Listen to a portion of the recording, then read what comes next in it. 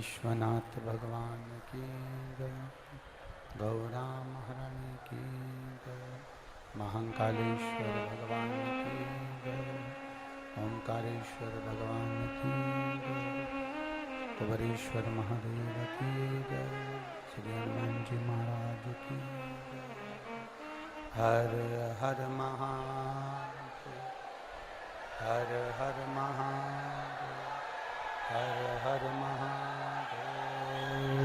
हर काशी विश्वनाथ ओगरदानी त्रिकालदर्शी कैलाशी अविनाशी भगवान शिव, जिनकी पुनीत पावन शिव महापुराण की कथा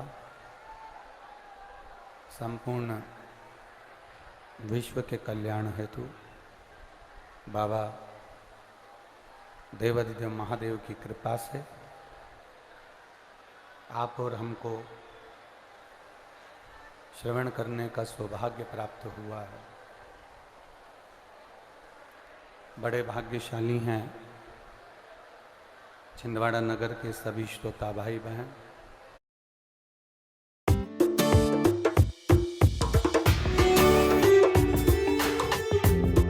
छिंदवाड़ा नगर के सभी श्रोता भाई बहन,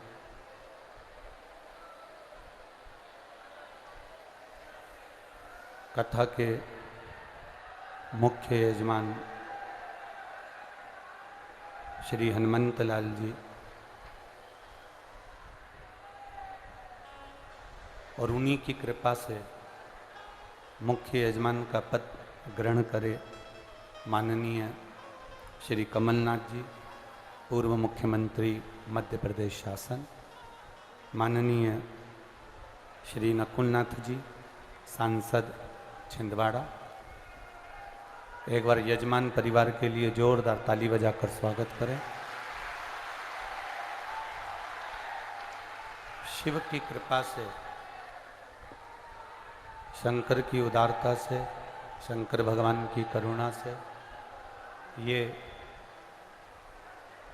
पुनीत पावन शिव महापुराण की कथा श्रवण करने का सौभाग्य मिला। आप लोगों की अविरल भक्ति को देखकर तो आज भगवान भी गंगा बरसा रहा है, ये उसी की कृपा है।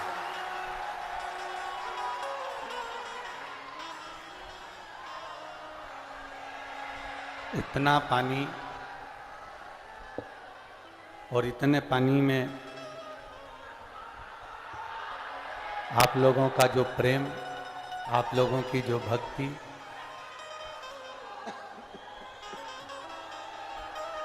आप लोगों का जो विश्वास, इस पूरे पंडालों के बाहर, वो भी इस सुबह का समय, बड़े भाव हैं आपके। बोल बम का नारा है बाबा है। मैं माननीय कमलनाथ जी को साधुवाद दूंगा। छिंदवाड़ा को तो ये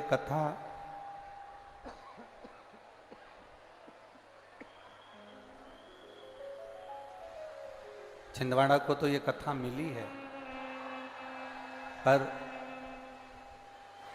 उससे ज़्यादा खुशी हमको हो रही है कि ऐसे शिव भक्तों का दर्शन करने का सौभाग्य हमको मिला।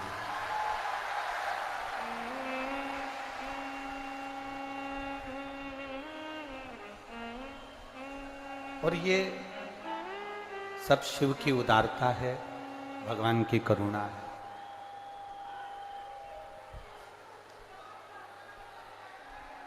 एक कृपा, एक उदारता शिव की है।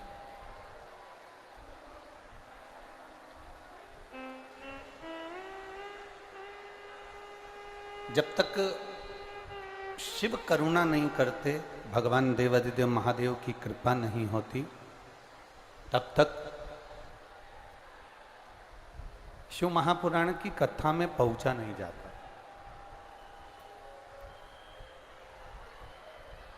एक बात अपने भीतर उतारिएगा कि रोज कथा होती थी और रोज कथा के समय पर 3 घंटे के लिए जलवृष्टि बंद हो जाती थी, पर आज कथा चालू हुई है और जलवृष्टि प्रारंभ है।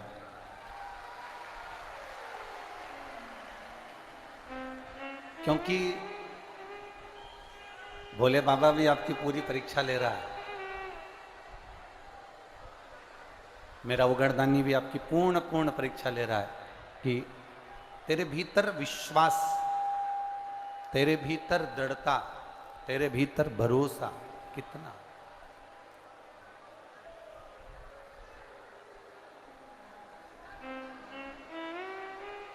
शिव मंदिर में जैसे अभी माननीय कमलनाथ जी कह रहे थे कि हमारी जो भारत की धरा है, अभी माननीय कमलनाथ जी कह रहे थे हमारी जो भारत की धरा है, हमारी जो भारत की भूमि है, पूरी दुनिया में इतने मंदिर कहीं नहीं जितने भारत की भूमि पर है।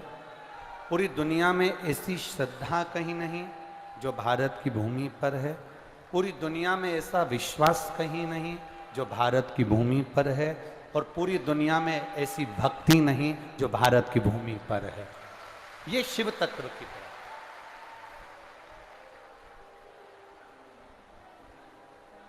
एक भरोसा, एक दृढ़ता, एक विश्वास।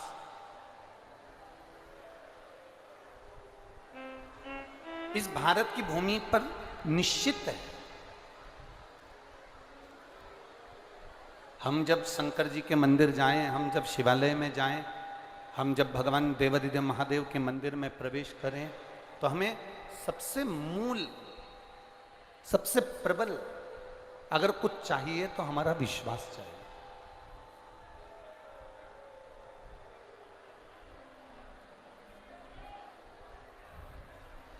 एक लोटा जल जब हम हमारे घर से लेकर जाते हैं,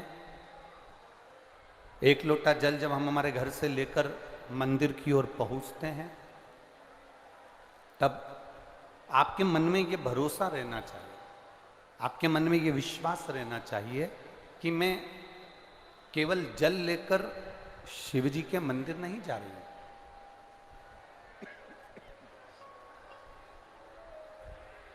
मैं जल लेकर केवल शंकर जी के मंदिर नहीं जा रही हूं। आपके भीतर ये भरोसा होना चाहिए, आपके भीतर ये विश्वास होना चाहिए कि वो जल नहीं है। हमारे जैसे सुदामा जी भगवान कृष्ण के पास गए थे, सुदामा जी भगवान कृष्ण के दरवाजे पर गए थे, तो सुदामा जी जब भगवान कृष्ण के दरवाजे पर गए थे तो केवल तंदूल लेकर गए थे, चावल लेकर, तंदूल।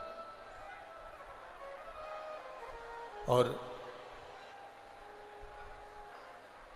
तंदूल लेकर जब सुदामा जी भगवान कृष्ण के पास गए तो सुदामा जी ने भगवान कृष्ण को कुछ भी नहीं कहा, कुछ नहीं कहा। सुदामा जी ने भगवान कृष्ण से यह नहीं कहा कि मुझे 3 लोक का राज्य दे देना। सुदामा जी ने भगवान कृष्ण से यह नहीं कहा कि मुझे इतना धन दे देना। सुदामा जी ने भगवान कृष्ण से यह नहीं कहा कि मुझे राज सत्ता या वैभव दे देना। सुदामा जी तो केवल तंदूल, चावल लेकर गए थे और भगवान कृष्ण ने वो चावल ले लिए और चावल जब खाए तब भगवान ने 3 लोक का राज्य सुदामा जी को दे दिया।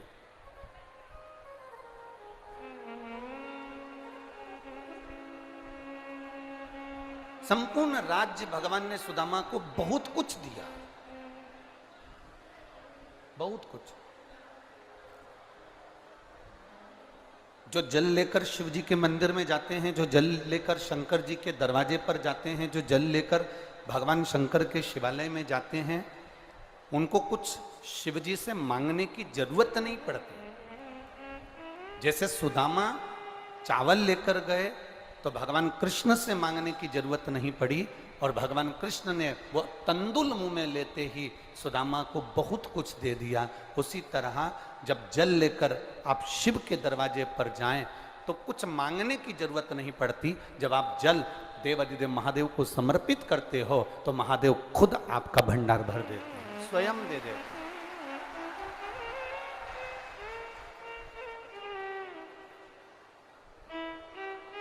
मैंने तेरे ही भरोसे ओ बाबा तेरे ही भरोसे हवा बिच उड़ती जावांगी बाबा डोर तो छड़ी नाम कटी जावांगी भोले मैं तेरी पतंग शंभो मैं तेरी पतंग हवा बिच उड़ती जावांगी बाबा डोर हथो छड़ी नाम कटी जावांगी।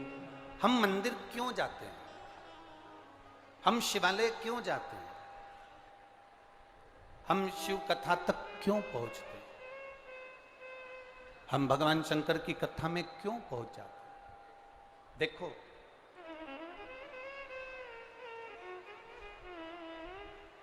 दान करने के लिए दान पेटी होती है। बोलो सही है कि गलत है? अरे बोलो, जम के बोलो जरा, सही है ना? दान करने के लिए दान पेटी होती है, कपड़ा रखने के लिए कपड़ा पेटी होती है, पत्र रखने के लिए पत्र पेटी होती है, धन रखने के लिए धन की पेटी होती है, तिजोरी होती है, अलमारी होती है। पर हमारा पाप रखने के लिए कोई पेटी बनी है क्या? नहीं बनी। धन रखने की पेटी होगी, वस्त्र रखने की पेटी होगी, कपड़ा रखने की पेटी होगी, दान रखने की पेटी होगी, पर पाप रखने की कोई पेटी नहीं होती। परशु महापुराण की कथा कहती है पाप रखने की एक पेटी है। जब हम कथा में पहुंचते हैं, जब हम सत्संग में पहुंचते हैं, जब हम कहीं मंदिर में पहुंचते हैं, तो हमारा जो पाप है वो मंदिर में ही, सत्संग में ही, भजन में ही, कथा में ही छूट जाता है और हमारे भीतर पुण्य प्रकट होकर हम अपने घर की ओर चले जाते हैं। पुण्य प्रकट हो। आप जहां बैठे हुए हो, आप आए हो भगवान की भक्ति को धारण करने के लिए, आप आए हो भगवान का भजन करने के लिए, यहां से क्या लेकर जा रहे हैं? कोई आपसे कहे कि कहां गई थी तो आप कह सकते हो कि जी जैसे अपने छिंदवाड़ा में रोड के किनारे किनारे बहुत सारे ब्यूटी पार्लर बने हुए हैं। उस ब्यूटी पार्लर में, छिंदवाड़ा के कई कॉलोनियों में, कई रोड पर ब्यूटी पार्लर बने हुए हैं। उन ब्यूटी पार्लर में ऊपर का श्रृंगार होता है जिससे उस श्रृंगार को देखकर उसका पति रीझ जाता है। तो हम किसी को ये भी कह सकते हैं, कोई पूछे तुमसे कहां गई थी, तो तुम ये भले भूल जाना कि मैं कथा में गई थी, पर इतना जरूर कह देना कि मैं ब्यूटी पार्लर गई थी। मैं ब्यूटी पार्लर गई थी। उस ब्यूटी पार्लर में ऊपर का श्रृंगार होता है जिससे पति रीझ जाता है, और इस ब्यूटी पार्लर में आत्मा का श्रृंगार होता है, बाबा रीझ जाता है, परमात्मा रीझ जाता है। ये आत्मा को शुद्ध करने का एक पार्लर है। ये आत्मा की शुद्धता के लिए एक पार्लर है। ये आत्मा की सुंदरता के लिए एक पार्लर है। तो जैसे दान पेटी होती है, वस्त्र पेटी होती है, पत्र पेटी होती है, धन पेटी होती है, कथा, मंदिर, देवालय हमारे पाप को खींच लेते हैं और पुण्य हमें प्रदान कर देते हैं। ये हमारी भी एक पुण्य की, आनंद की पेटी है, जिससे हमें पुण्य मिलता है और पाप जमा हो जाता है।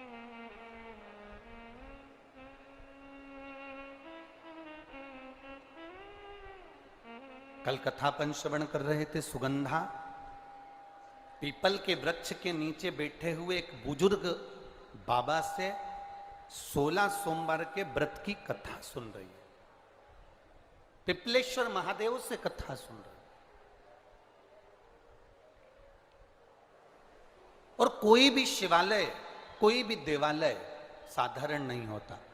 और छिंदवाड़ा की तो पवित्र भूमि ऐसी भूमि है जहां पर छोटे मोटे शिवालय नहीं, इस छिंदवाड़ा की भूमि पर हमको कोई कह रहा था कि गुरुजी, माननीय कमलनाथ जी ने छिंदवाड़ा के चारों तरफ कम से कम अगर एक रोड से हम निकलें तो 55 किलोमीटर के छिंदवाड़ा के पूरे क्षेत्र को घूम सकते हैं, ऐसी रोड का निर्माण किया है। तो हम तो इतना कहेंगे कि जैसे छिंदवाड़ा की उस रोड पर आप घूमने के लिए जाओ तो चावल की एक बोरी छोटी सी लेकर जाना, और उस छिंदवाड़ा के चारों तरफ अगर घूमोगे और छिंदवाड़ा के अंदर घूमोगे और चारों तरफ घूमते हुए और अंदर घूमोगे तो आपको इतने शंकर के मंदिर मिल जाएंगे कि चावल की बोरी का एक एक चावल पूरा समाप्त हो जाएगा। इतने शिवालय छिंदवाड़ा के अंदर हैं और सब प्राचीन। मेहगांव में स्थित है 900 वर्ष पुराना अर्धनारीश्वर शिवलिंग, अर्धनारीश्वर मंदिर, फिर पतालेश्वर मंदिर, फिर बड़ा महादेव, फिर भूरा भगत, छोटा महादेव, जामई, दादा धुनी वाले मंदिर, अचल कुंड सहित अनेक प्रसिद्ध मंदिर छिंदवाड़ा की इस पवित्र भूमि पर आप जा सकते हो, दर्शन कर सकते हो। पवित्र भूमि। ये तो कुछ मंदिरों का नाम हमने स्मरण किया, परंतु बाकी के मंदिरों के भी नाम अपार। आप छिंदवाड़ा की पवित्र भूमि में घूमेंगे, आपको शिवालय शिवालय शिवालय शिवालय मिल जाएंगे। संपूर्ण जगह पर शंकर का दर्शन हो जाए।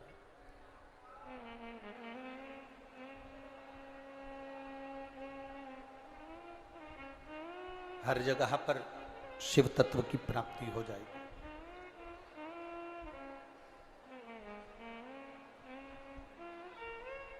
माननीय कमलनाथ जी, एक बात कहना चाहेंगे। हमसे कई मीडिया वाले प्रश्न करते हैं कि आपने सारी दुनिया में श्रीमद् भागवत होती है, सारी दुनिया में राम कथा होती है, सारी दुनिया में गीता जी होती है। जिस समय हमने शिव पुराण चालू करी थी उस समय शिव पुराण नहीं होती थी। तो लोगों ने प्रश्न किया कि आपने शिव पुराण क्यों चालू करा?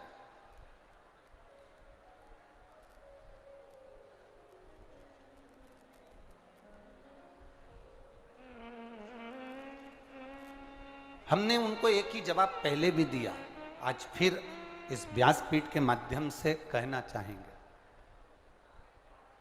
जिस समय हमने कथा चालू करी शिव पुराण की, उस समय हमने देखा मंदिर बहुत बड़े, कथा करने वाले भी बहुत बड़े, कथा करवाने वाले भी बहुत बड़े, कथा में पहुंचने वाले की भीड़ भी बहुत बड़ी, यज्ञ भी बड़े, आयोजन भी बड़े, जजमान भी बड़े। पर जिस समय शिव पुराण की कथा करना चालू करी उस समय हमने देखा कि सब कुछ बड़ा, पर दिलों में भक्ति भक्ति नहीं बढ़ पाई। तो ये शिव महापुराण की कथा ने लोगों के दिल में भक्ति देना चालू कर दिया, केवल भक्ति। ना इस कथा में कोई ढोंग है, ना इस कथा में कोई प्रपंच है, ना इस कथा में कोई दिखावा है। शिव महापुराण की कथा कहती है जैसे शंकर अड़भिज्ञ है, अड़भंग है, सहज है, सरल है, एक आनंद की राशि है। शिव एक आनंद की राशि, उसके सम्मुख में दिखावा नहीं है, अड़भंग है शंकर। और जहां दिखावा नहीं होता वहां भक्ति होती है। आज पूरा देश विदेश हर जगह पर लोग शंकर जी के मंदिर में एक लोटा जल चढ़ाने जा रहे हैं। ये दिखावा नहीं, उनके दिल की भक्ति है, इसलिए पहुंच रहे हैं। पहले आयोजन बड़े थे, पहले कथाएं बड़ी थी, कथाकार बड़े थे, मंदिर बड़े थे, कथा करवाने वाले बड़े थे, यजमान बड़े थे, सब कुछ बड़ा था, पर भक्ति नहीं बढ़ पाई थी।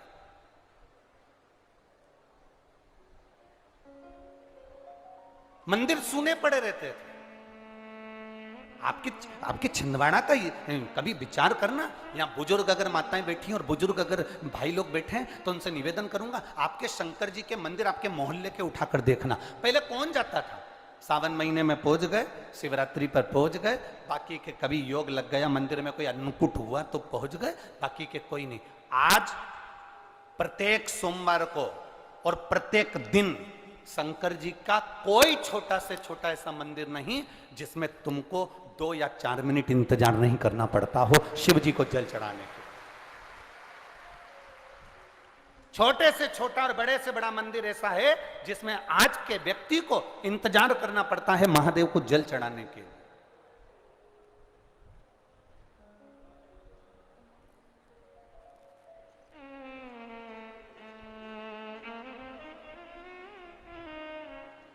सब मंदिरों में सफाई करने वाले को ढूंढा जाता है, पर महादेव के मंदिर में सफाई करने वाले को भी नहीं ढूंढना पड़ता, वो खुद आता है और कर कर चले जाता है स्वयं।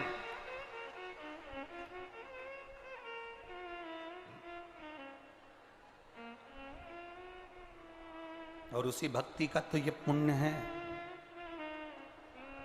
छिंदवाड़ा में अगर ये कथा हो रही है,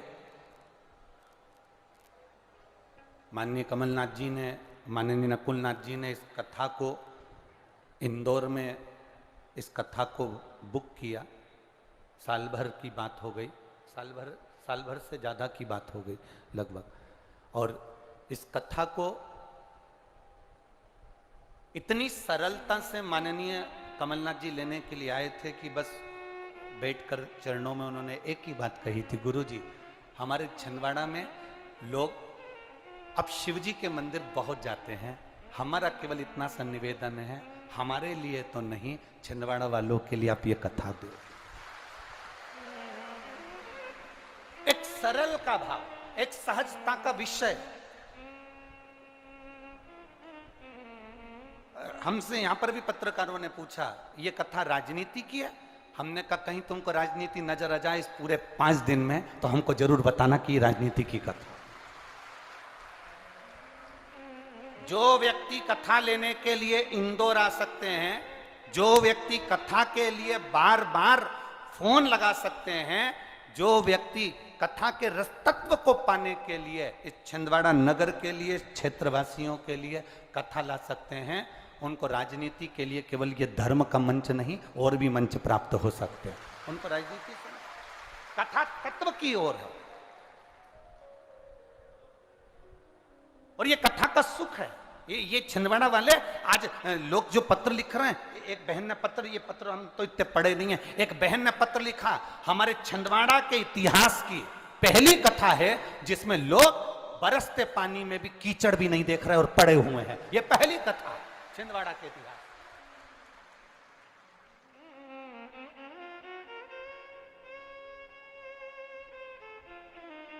ये भक्ति आपकी है, ये विश्वास आपका है, ये दृढ़ता आपकी है।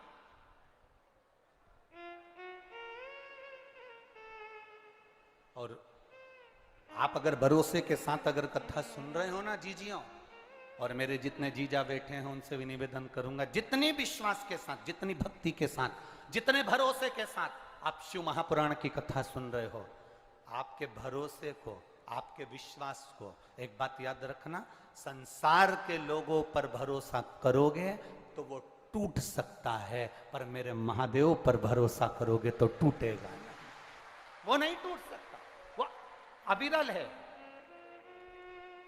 प्रबल है, और वो पूरा की पूरा रहता है, पूर्ण रहता है,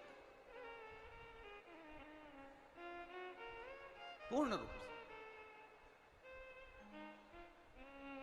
कई लोग आपसे कहेंगे कि मंदिर मत जाओ, कई लोग आपसे कहेंगे कि सत्संग में मत जाओ, कई लोग आपसे कहेंगे कि क्या होता है शंकर जी को जल चढ़ाने से, कई लोग आपसे कहेंगे क्या होता है भगवान को बेलपत्र चढ़ाने से। तो ऐसे अगर कुछ लोग तुमको जिंदगी में मिल भी जाएं, बुरे लोग अगर बुरी संगति के मिल भी जाएं, तो तुम उस जगह पर इतना याद रखना कि बुरी संगति वालों के साथ हमें रमना नहीं है, उनके साथ रहना नहीं है, वो केवल उनके बीच में जाने के बाद वापस लौट कर आ जाना।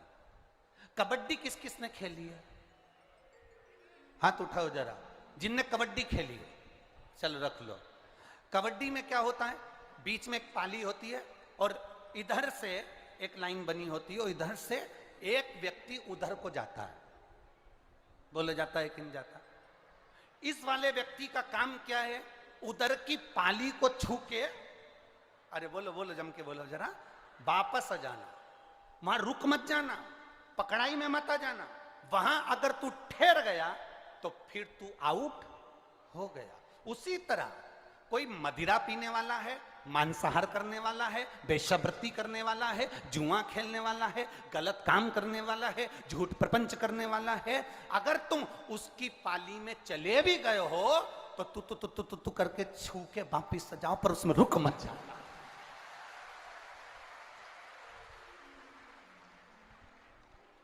पाली को छू के वापिस आ जाना, पर उसमें रुकना नहीं।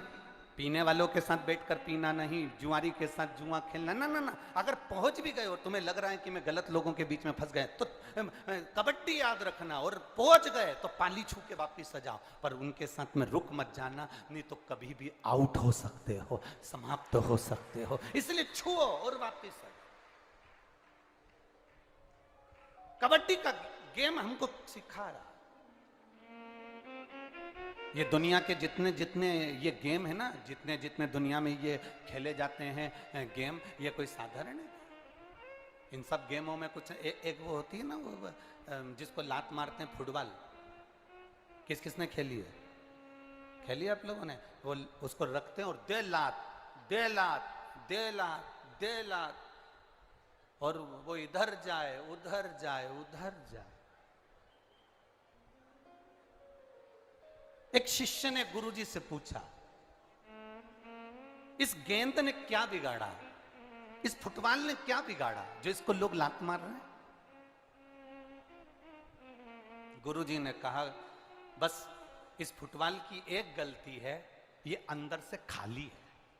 अगर ये अंदर से भरी होती तो किसी के बाप में दम नहीं होती कि लात मार दे।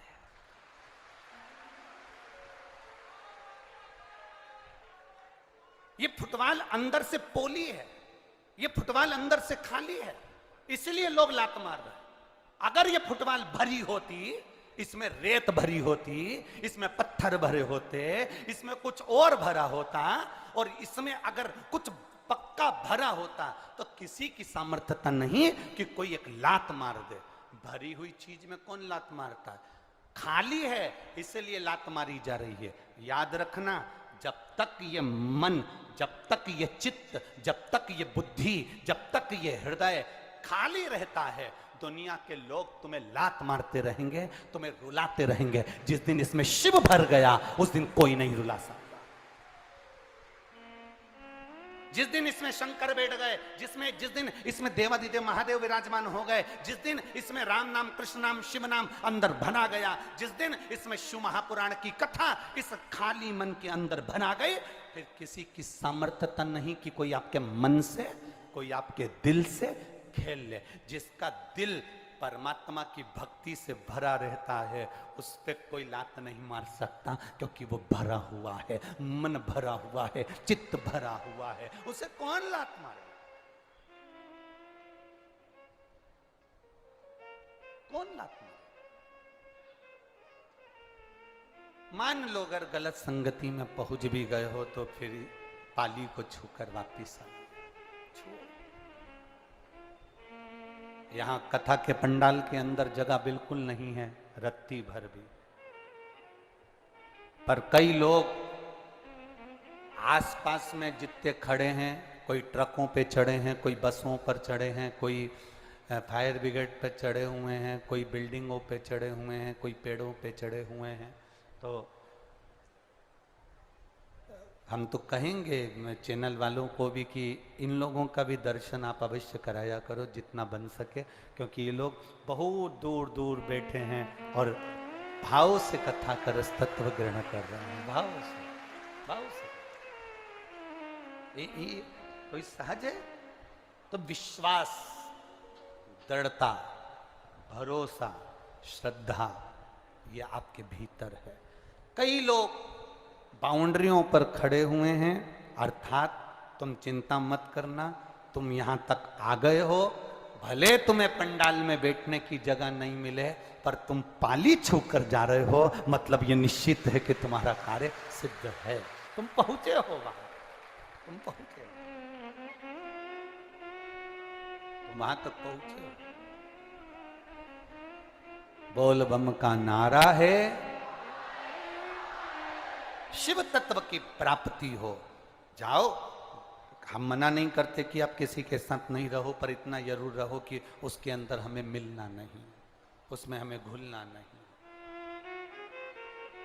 हमें उससे दूर हटना। देवादिदेव महादेव भगवान शंकर सुगंधा को रेणुका के साथ कथा श्रवण कर, ब्राह्मण के शरीर का कोढ़ का रोग समाप्त हो गया। पार्वती जी ने ब्राह्मण देवता से पूछ लिया कि तुम्हारे ये शरीर का रोग समाप्त कैसे हुआ, तो उन्होंने कह दिया कि मैंने 16 सोमवार का व्रत किया था, उस व्रत के प्रभाव से मेरा ये रोग समाप्त हुआ है, उस व्रत के प्रभाव।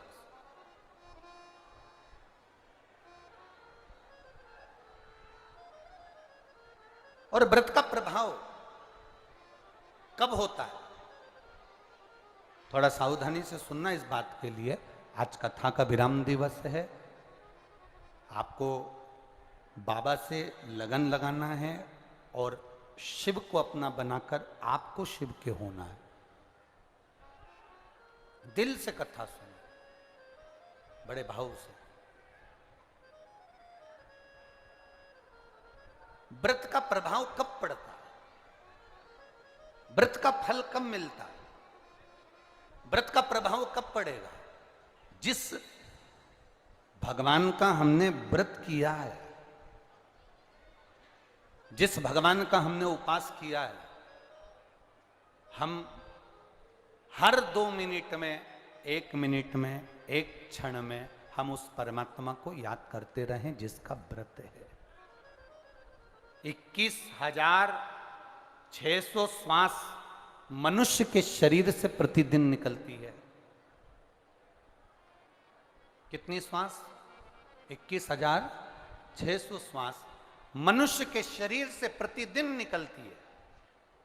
3.5 करोड़ रोम छिद्र ये मनुष्य के शरीर में है और 21,600 श्वास प्रतिदिन निकल रही है।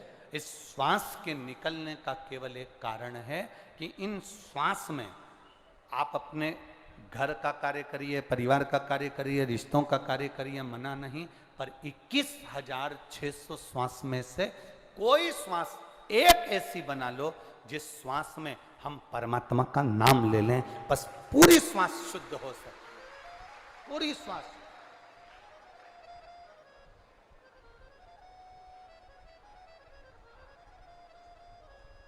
एक व्यक्ति ने प्रश्न किया था,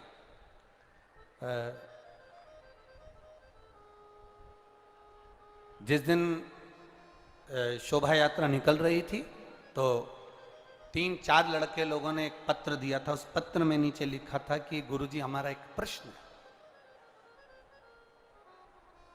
उस प्रश्न में जब शोभा यात्रा की गाड़ी पर उन्होंने पत्र दिया, उसमें एक पत्र में एक लाइन लिखी हुई थी, गुरुजी हमारा एक प्रश्न है कि 24 घंटे में हम, आप कहते हो कि 1 मिनट भी अगर भगवान का भजन कर लिया तो बहुत है, तो क्या 1 मिनट भजन करने पर 24 घंटे का पुण्य प्राप्त हो जाता है क्या?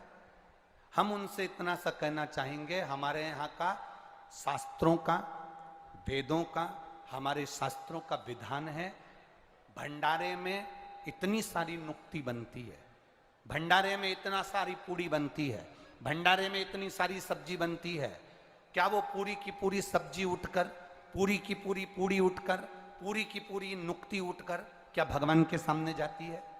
जम के बोलो जरा। नहीं जाती। कितनी जाती है? एक थाली में लगकर थोड़ा थोड़ा थोड़ा जाता है, भोग लगता है, वापिस आता है, और जो बहुत सारा भोजन है उसमें उसको डाल दिया जाता है।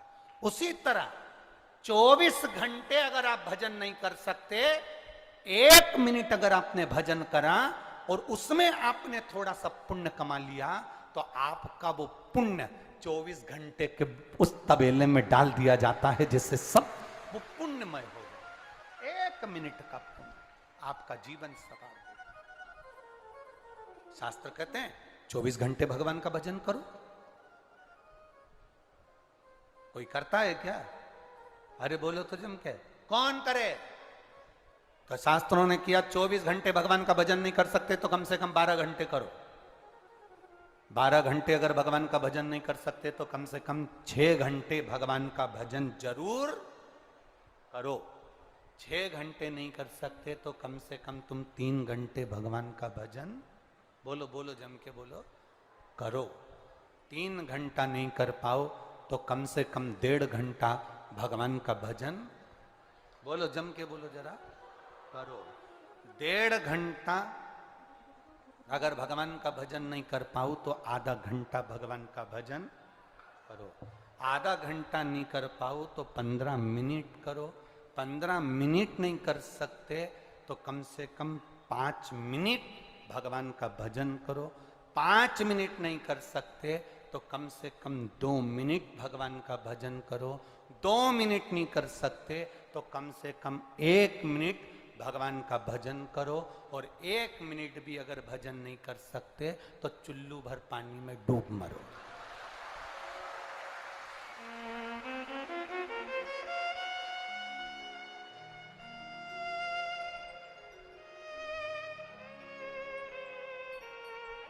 अब 24 घंटे में से 1 मिनट नहीं निकाल सकते तो काय का जीवन तुम्हारा?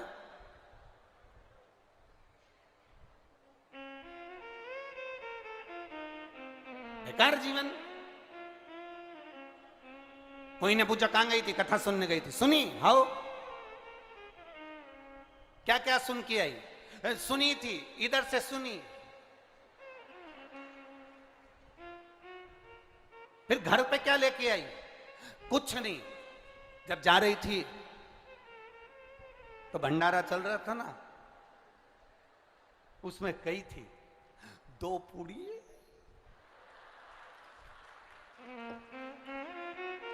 भगवान जाने माताएं वो झोली कैसी बनाती हैं, आज तक मैं नहीं सीख पाया।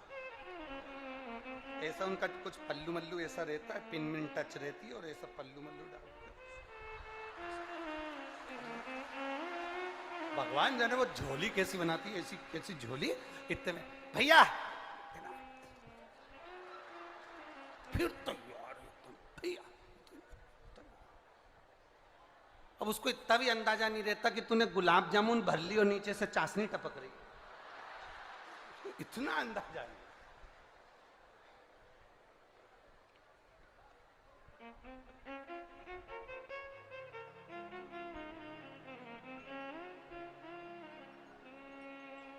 कमलनाथ जी को बहुत बहुत साधुवाद। आपको दुनिया में हम लोग कथा करते हैं, भंडारे चलते हैं, पर इतने तरह का पकवान पहला भंडारा है जहां पर रोज नया नया पकवान बना है भक्तों के लिए। बहुत बहुत साधुवाद। ये शिव तत्व है, इसी को कहे शंकर का तत्व। अब वो भर लिए उसके, देव देव जरा देव, और उसमें रख लिए भर के। तो गई कथा में थी, क्या लेके आई, अभी दे रही हूं निकाल के। और मालूम पड़े पूड़ी और नुक्ती और गुलाब जामुन। कथा लाई क्या, सब छोड़। अरे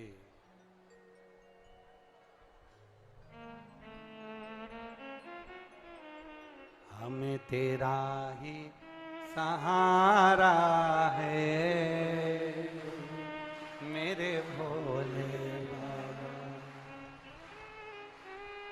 कब से खड़े हैं झोली पसार, क्यों ना सुने तू मेरी पुकार।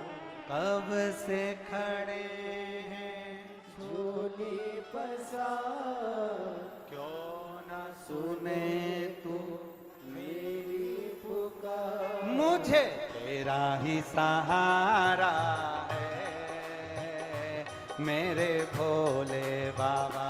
मुझे तेरा ही सहारा है मेरे भोले बाबा। मैंने तुम्हें ही पुकारा है मेरे भोले बाबा। मैंने तुम्हें ही पुकारा है मेरे भोले बाबा। ओ कब से खड़े हैं झोली पसार, क्यों न सुने तू मेरी पुकार। वो कब से खड़े हैं झोली पसार, क्यों न सुने तू मेरी पुकार। ओ कब से खड़े हैं झोली पसार, क्यों न सुने तू मेरी पुकार। वो कब से खड़े हैं झोली पसार, क्यों न सुने तू मेरी पुकार। मुझे तेरा ही सहारा है मेरे भोले बाबा। मुझे तेरा ही सहारा है मेरे भोले बाबा। मैंने तुम्हें ही पुकारा है मेरे भोले बाबा। मैंने तुम्हें ही पुकारा है मेरे भोले बाबा। देख लो लगी है आज मंदिर में ये भीड़ भारी। देख लो लगी है आज मंदिर में ये भीड़ भारी। दर्शनों की खातिर आए हैं लाखों नर और नारी। दर्शनों के खातिर आए हैं लाखों नर और नारी। आ जाए भोले बाबा, आ जाए भोले बाबा।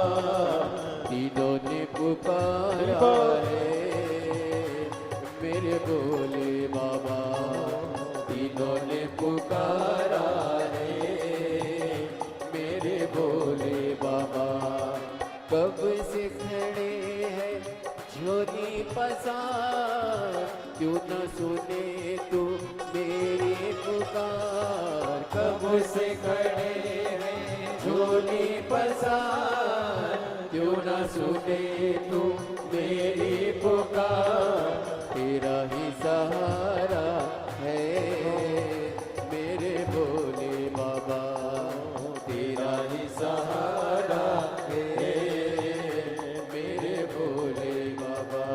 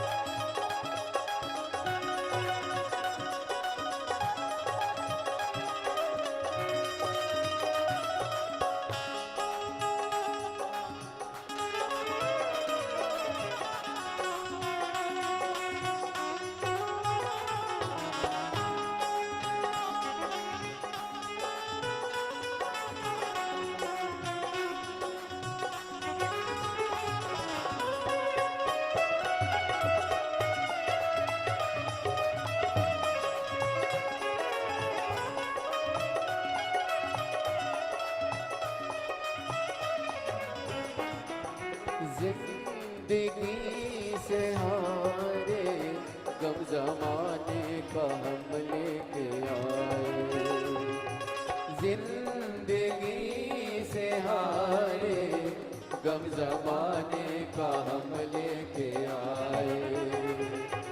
तू बता जहाँ में लोग अपने हुए क्यों पराए, तू बता जहाँ में लोग अपने हुए क्यों पराए। तेरे सिवा दुनिया में, तेरे सिवा दुनिया में कोई ना हमारा है मेरे भोले बाबा, कोई ना हमारा है मेरे भोले बाबा।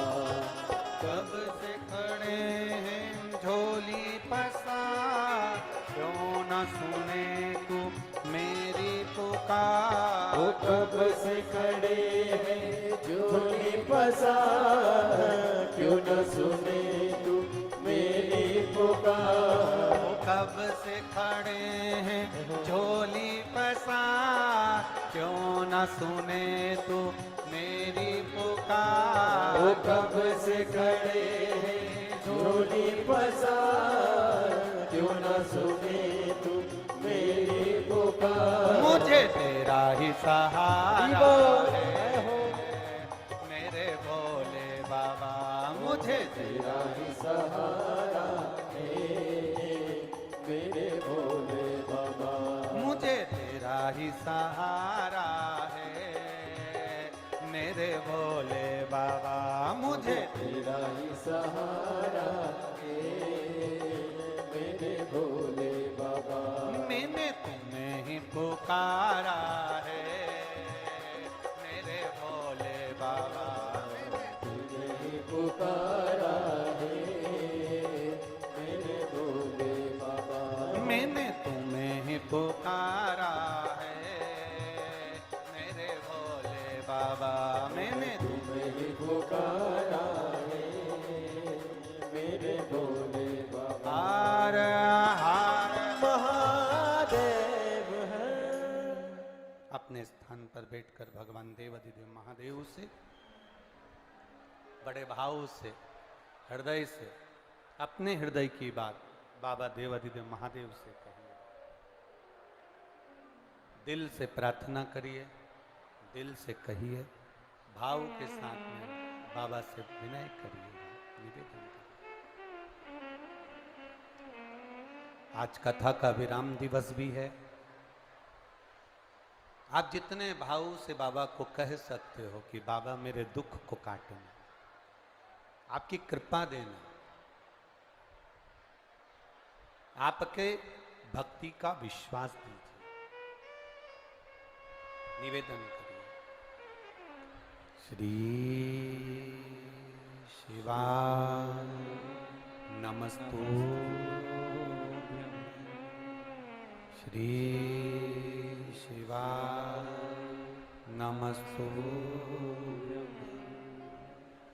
श्री शिवाय नमस्तु, श्री शिवाय नमस्तु, श्री शिवाय नमस्तु।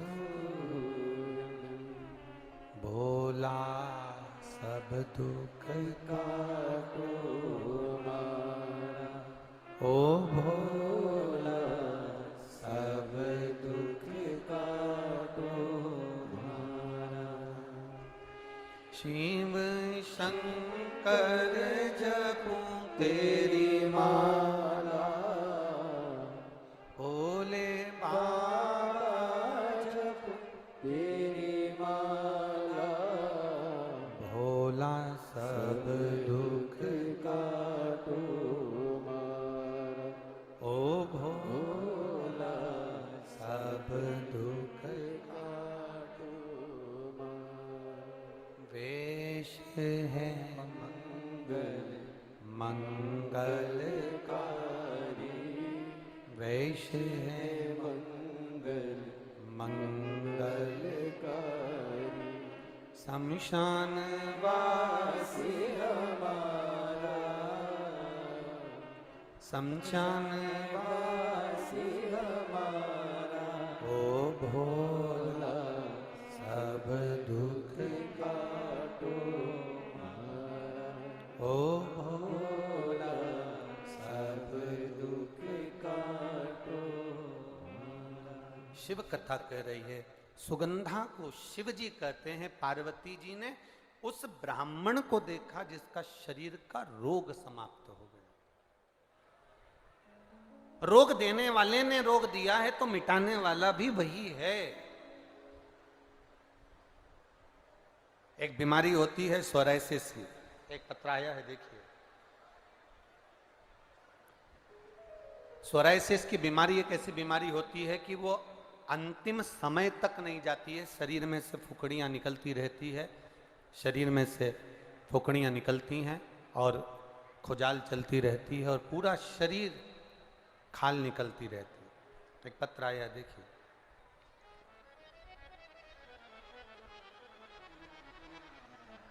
पता है हमारा, मेरा नाम है दुर्गेश बंदेवार, गुड़ी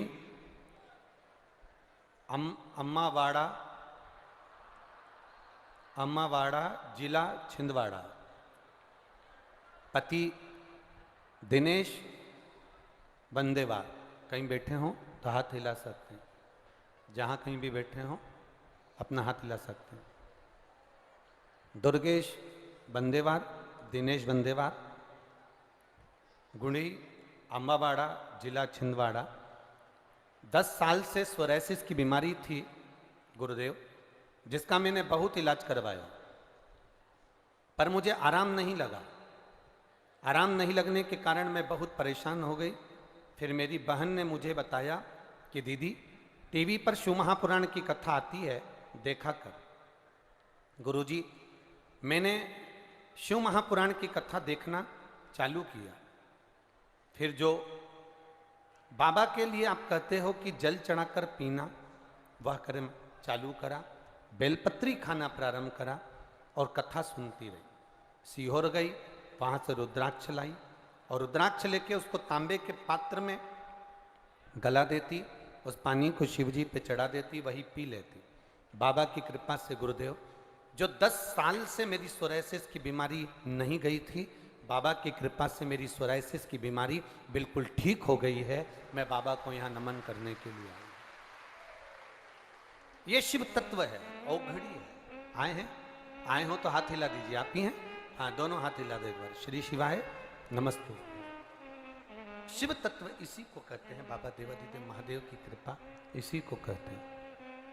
तेरी कृपा बिना न हिले एक भी अणु, लेते हैं श्वास तेरी कृपा से तनु तनु। एक पत्र और बड़ा सुंदर है, देखिए। मेरा नाम लीला साहू है। मैं वार्ड क्रमांक 48 परतला छिंदवाड़ा की रहने वाली हूँ। कहीं बैठी हो तो हाथ हिला सकती हूँ। मेरा नाम लीला साहू है। मैं वार्ड नंबर 48 परतला छिंदवाड़ा की रहने वाली हूँ। मेरा मोबाइल नंबर ये है। मेरे पति हरिशंकर साहू को 6 नवंबर 2022 को ब्रेन में खून के थप्पे जम गए। खून निकलता रहा, अंदर की अंदर जमता रहा। गुरुदेव, उनकी याददाश्त चली गई। जब याददाश्त गई तब हमको मालूम पड़ा कि कुछ प्रॉब्लम हुई है, इनको कुछ याद नहीं रह रहा। उनको दिखाया डॉक्टर को, नागपुर ले गए।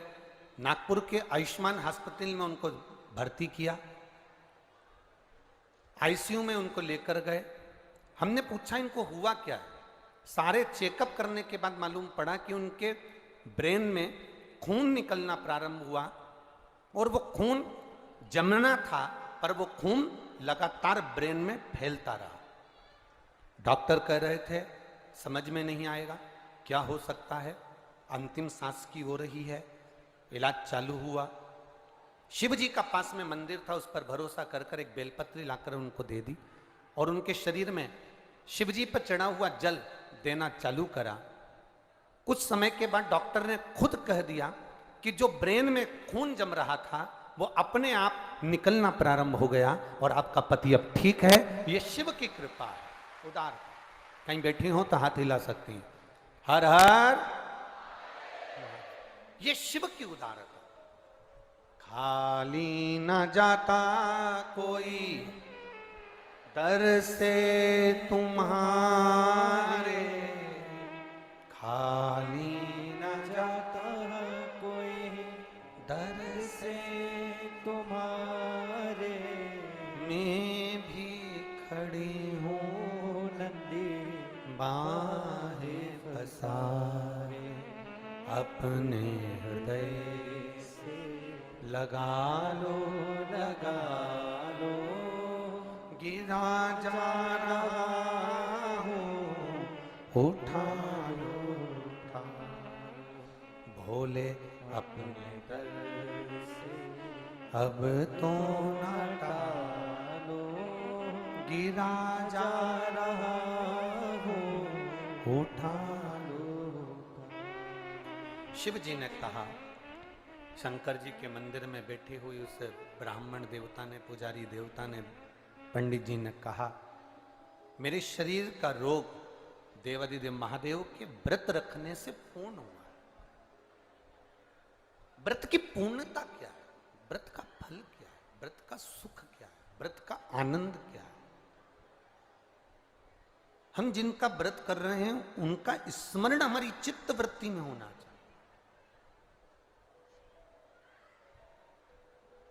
अगर हमारी चित्त वृत्ति में उसका स्मरण नहीं है तो वो ठीक नहीं है।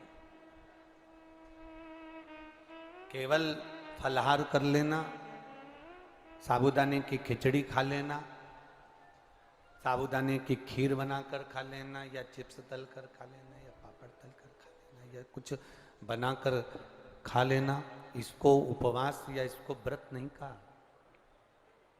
व्रत का मतलब क्या होता है? व्रत का मूल तत्व क्या है? व्रत का मतलब है कि जिसका आप उपवास कर रहे हो, जिस देवता का आप व्रत कर रहे हो, उसको हर 2 मिनट में, हर मिनट में, हर क्षण में उसको याद किया जाए।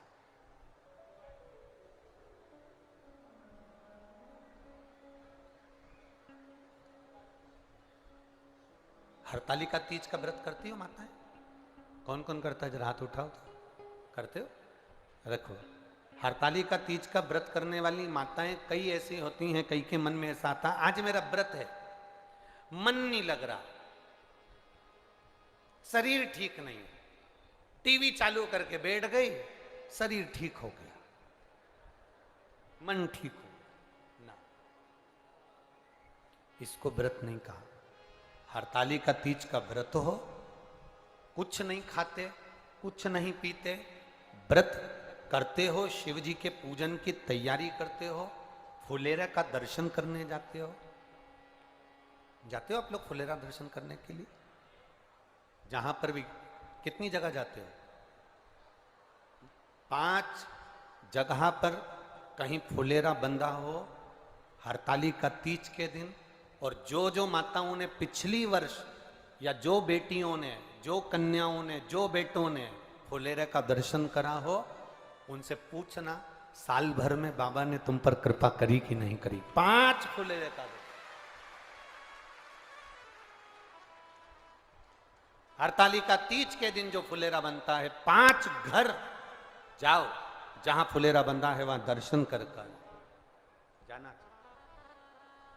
तुम्हारा व्रत नहीं है तो भी जाओ, व्रत है तो भी दर्शन, पर फुलेरा का दर्शन करो। जिन जिन के यहां फुलेरा बनता है, आपका व्रत नहीं है, आपके पति से कहो जरा गाड़ी उठाओ, मेरे को फुलेरा का दर्शन करना चाहना। अगर पास में है तो पति से कहो चलो रात का समय, क्योंकि फुलेरा की पूजन रात को, तो चलो हमारे साथ में जरा पैदल पैदल। मोहल्ले की 4 माताएं, 5 माताएं, 5 बेटियां, 10 बेटे इकट्ठे होकर फुलेरा का दर्शन करने चले। हरतालिका तीज का उस फुलेरा का दर्शन जीव का कल्याण करने वाला है। जिन्हें करा उसको मालूम है कि फुलेरा का दर्शन का महत्व क्या है।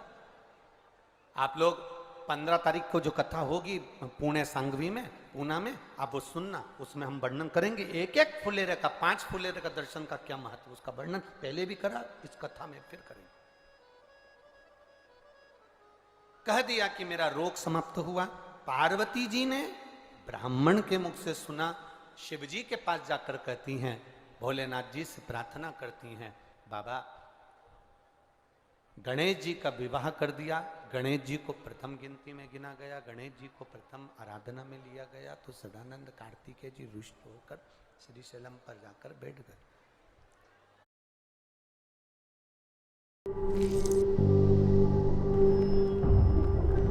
Helps beat sensitivity fast. Sensodyne.